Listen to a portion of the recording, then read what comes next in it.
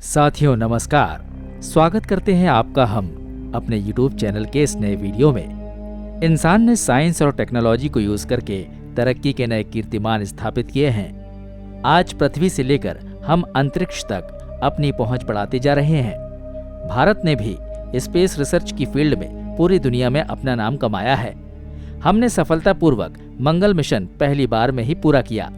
लेकिन आज हम आपको बताने जा रहे हैं, बात उस समय की है जब इस दुनिया ने अंतरिक्ष के बारे में सोचना शुरू किया। धरती के आसमान को पार करके अंतरिक्ष में कदम रखा। क्या ये इतना आसान था? क्या ये एक बार में ही संभव हो गया, या फिर इस दौरान ऐसे कई डिजास्टर हुए जिन्हें छुपा लिया गया और उनकी स्टोरी को दुनिया नहीं जानती?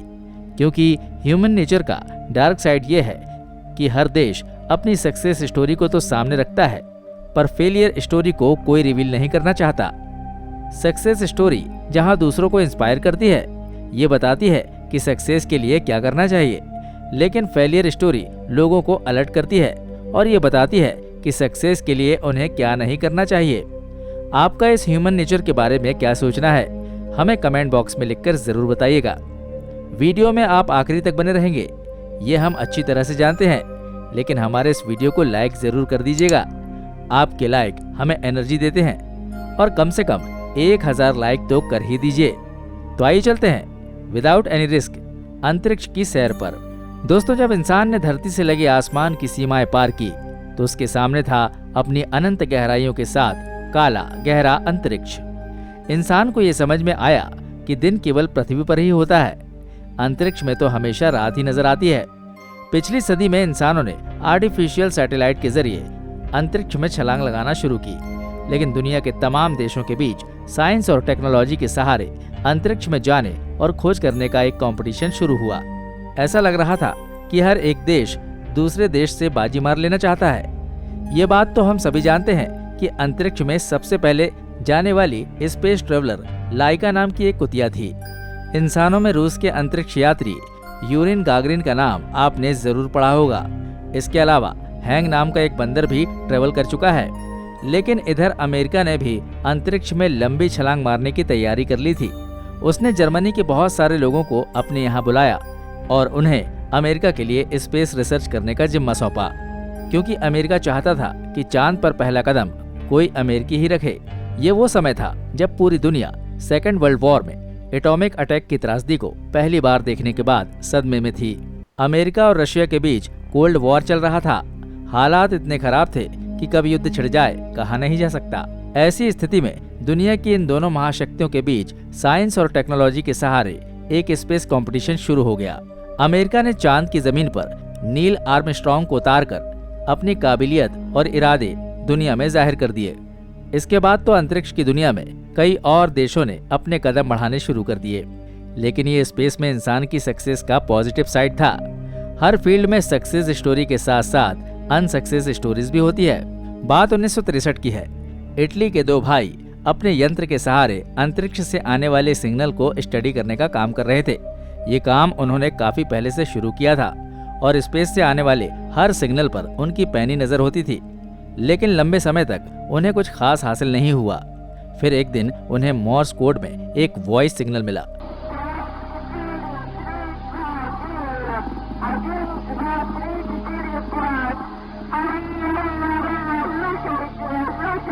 जिसे डिकोड करने के बाद वो सभी हैरान रह गए।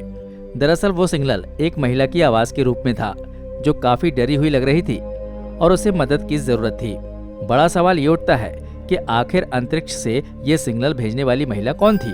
उनके इस रिसर्च ने पूरी दुनिया में और खास तौर से स्पेस की फील्ड में इंटरेस्ट रखने वाले हर स्पेशलिस्ट और आम आदमी को शॉक्ड कर दिया था। इटली के इन दोनों भाइयों को नासा ने अपने यहाँ बुलाया, सम्मानित किया और उनके काम को एक रिकॉग्निशन मिला। इस सिग्नल के बाद कुछ लोग ये मानते हैं कि ये महिला सबसे पहले अंतरिक्ष में गई थी। उनके अनुसार ये महिला अंतरिक्ष में सफलतापूर्वक चली तो गई, लेकिन वापस आते समय वो मुसीबत में फंस गई। उसके कैप्सूल का कूलिंग सिस्टम खराब हो गया था, उसमें आग लग गई थी और वो महिला दुर्घटना का शिकार हो गई। इस रिकॉर्डिंग के अकॉर्डिंग जो इन्फॉर्मेशन आई, उसके अनुसार जिस समय इस महिला को अंतरिक्ष में भेजा गया वो सोवियत संघ का मिशन था। उसका नाम वेस्टाक प्रोग्राम था, जिसके तहत एक स्पेस मिशन 1960 में भेजा गया था। ये सोवियत संघ का सीक्रेट और एम्बिशियस प्रोजेक्ट था जो बुरी तरह से फ्लॉप हुआ। अपने मिशन की फेल होने की जानकारी को सोवियत संघ ने दुनिया से छुपाया और उसके सारे सबूत मिटा दिए। यानी दुनिया कभी जान नहीं पाएगी कि स्पेस की इस दौड़ में सोवियत संघ कभी फेल भी हुआ था। इस जानकारी के सामने आने के बाद ये माना गया कि स्पेस मिशन पर यह महिला अकेली नहीं गई होगी, बल्कि इसके साथ कम से कम 2 स्पेस ट्रेवलर जरूर रहे होंगे। इसके साथ साथ उनकी भी जान चली गई होगी। कयास ये भी लगाया गया कि संभव है कि उस महिला का कैप्सूल सूर्य के करीब पहुंच गया हो और वहीं जलकर भस्म हो गया हो, या फिर कैप्सूल पूरी तरह से कबाड़ में बदल गया हो और धरती के चारों ओर चक्कर लगा रहा हो। बात करते हैं स्पेस में ट्रेवल करने वाली पहली ट्रेवलर लाइका की। 3 नवंबर 1954 को सोवियत यूनियन में पैदा हुई लाइका रूस की सड़कों पर आवारा घूमने वाली एक फीमेल डॉग थी। इसका अपना कोई घर नहीं था। ये मॉस्को की सड़कों पर घूमा करती थी। वहीं मॉस्को, जो आज रूस की राजधानी है, कभी सोवियत यूनियन की राजधानी हुआ करता था। 1955 में सोवियत स्पेस रिसर्च के एक इंजीनियर ने लाइका को सड़क से उठाकर अपने रिसर्च सेंटर ले गए। इस कुतिया को स्पेस मिशन स्पुतनिक 2 के लिए चुना गया। स्पुतनिक 2 मिशन में रॉकेट को अंतरिक्ष में भेजा जाना था। उसमें टेम्परेचर के साथ साथ कॉस्मिक रेंज को नापने वाले यंत्र लगे थे। इस मिशन में वैज्ञानिक ये जानना चाहते थे कि विदाउट ग्रेविटी लाइका कितनी देर जिंदा रहती है।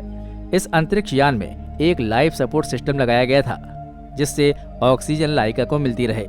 इसके अलावा इसमें एक पंखा लगा था जो केबिन का टेम्परेचर 15 डिग्री होते ही चलने लगता था।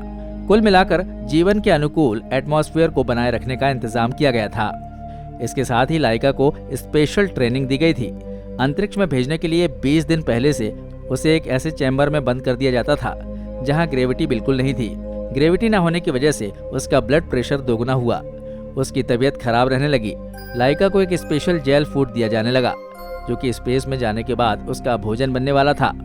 स्पुतनिक 2 के अंतरिक्ष में जाने के एक दिन पहले लाइका को एक इंजीनियर अपने घर लेकर आया। उसे अपनी फैमिली से मिलवाया। बच्चों ने लाइका के साथ खेला भी। वो सभी अच्छी तरह से जानते थे कि लाइका का ये आखिरी दिन है, क्योंकि इसके बाद उसे अंतरिक्ष में जाना था। इसके बाद आखिरी बार स्पुतनिक 2 में उसी इंजीनियर ने लाइका को बैठाया। 3 नवंबर 1957 को यूएसएसआर ने अपना स्पुतनिक 2 मिशन लॉन्च किया। अंतरिक्ष यान में बैठकर लाइका ने सफलतापूर्वक धरती की सीमा को पार किया और अंतरिक्ष में पहुंच गई। मिशन के अकॉर्डिंग अंतरिक्ष यान को स्पेस में जाकर 2 हिस्सों में बट जाना था, मगर ऐसे समय में यान में तकनीकी खराबी आ गई और यान 2 हिस्सों में नहीं बट पाया, जिसके चलते टेम्परेचर बढ़ने लगा। जहां यह अनुमान लगाया गया था कि लाइका के चैम्बर का टेम्परेचर 15 डिग्री से ऊपर नहीं जाएगा, वहीं उसके चैम्बर का टेम्परेचर 40 डिग्री के ऊपर चला गया और इसके बाद लाइका अपनी जगह से कहीं जा नहीं सकती थी, केवल वहीं रहकर अपनी मौत का इंतजार करती रही। आपको बता दें कि टेम्परेचर बढ़ने के कारण मिशन के लॉन्च होने के दिन ही लाइका की मौत हो गई। उसके मरने के बाद लाइका के कैप्सूल ने 5 महीने तक धरती के चक्कर लगाए और इस दौरान उसने धरती के कुल 2570 चक्कर पूरे किए। इसके 162 दिन बाद लाइका का कैप्सूल जैसे ही अर्थ के एटमॉस्फेयर में आया, उसमें आग लग गई और वो पूरी तरह से जल गया। इसके साथ ही लाइका की बॉडी भी जल गई। दरअसल जिस दिन यूएसएसआर ने 2 मिशन लॉन्च किया था, उस दिन उसने इस सीक्रेट को भी रिवील किया था कि लाइका अंतरिक्ष से जिंदा वापस नहीं आएगी। लेकिन इस बात को जिसने भी सुना वो हैरान रह गया और यूएसएसआर की इस बात के लिए आलोचना होने लगी कि अपने स्पेस रिसर्च के कारण उन्होंने एक बेजुबान जानवर की जान ले ली। यूएसएसआर ने दुनिया को बताया कि लाइका ने स्पेस में बहुत अच्छा काम किया और एक पॉजिटिव एटमॉस्फेयर में उसकी मौत हुई, जबकि लाइका तो उसी दिन मर चुकी थी। इस जानकारी के आने के बाद जानवरों का स्पेस मिशन में इस तरह इस्तेमाल करना दुनिया को पसंद नहीं आया। अमेरिका और रसिया दोनों की ही इसके लिए आलोचना होने लगी। इसके बाद ये निर्णय लिया गया कि यदि कोई देश अपने किसी मिशन में किसी जानवर को इस्तेमाल करता है तो उसे जिंदा वापस लाने की जवाबदारी भी उसी की रहेगी। अंदर की बात तो यह है कि लाइका अगर जिंदा वापस आ भी जाती तो रसिया का प्लान उसे जहर का इंजेक्शन देकर मार देने का था। क्या आप जानते हैं लाइका की जो कहानी हमने आपको बताई है वो दुनिया के सामने कब आई? 1957 में लॉन्च किया गया स्पुतनिक 2 मिशन फेल हो गया था और इसकी एक स्टोरी 2002 में सामने आई। आज दुनिया में लाइका के लाखों चाहने वाले हैं। मॉस्को में लाइका का एक स्टेचू बना हुआ है। ये थी अंतरिक्ष मिशन की डार्क साइड के विषय में कुछ इन्फॉर्मेशन। दोस्तों, आपको कैसी लगी ये जानकारी हमें कमेंट बॉक्स में लिखकर जरूर बताइएगा। जल्दी मिलते हैं एक नए वीडियो में। जय हिंद, जय भारत, वंदे मातरम।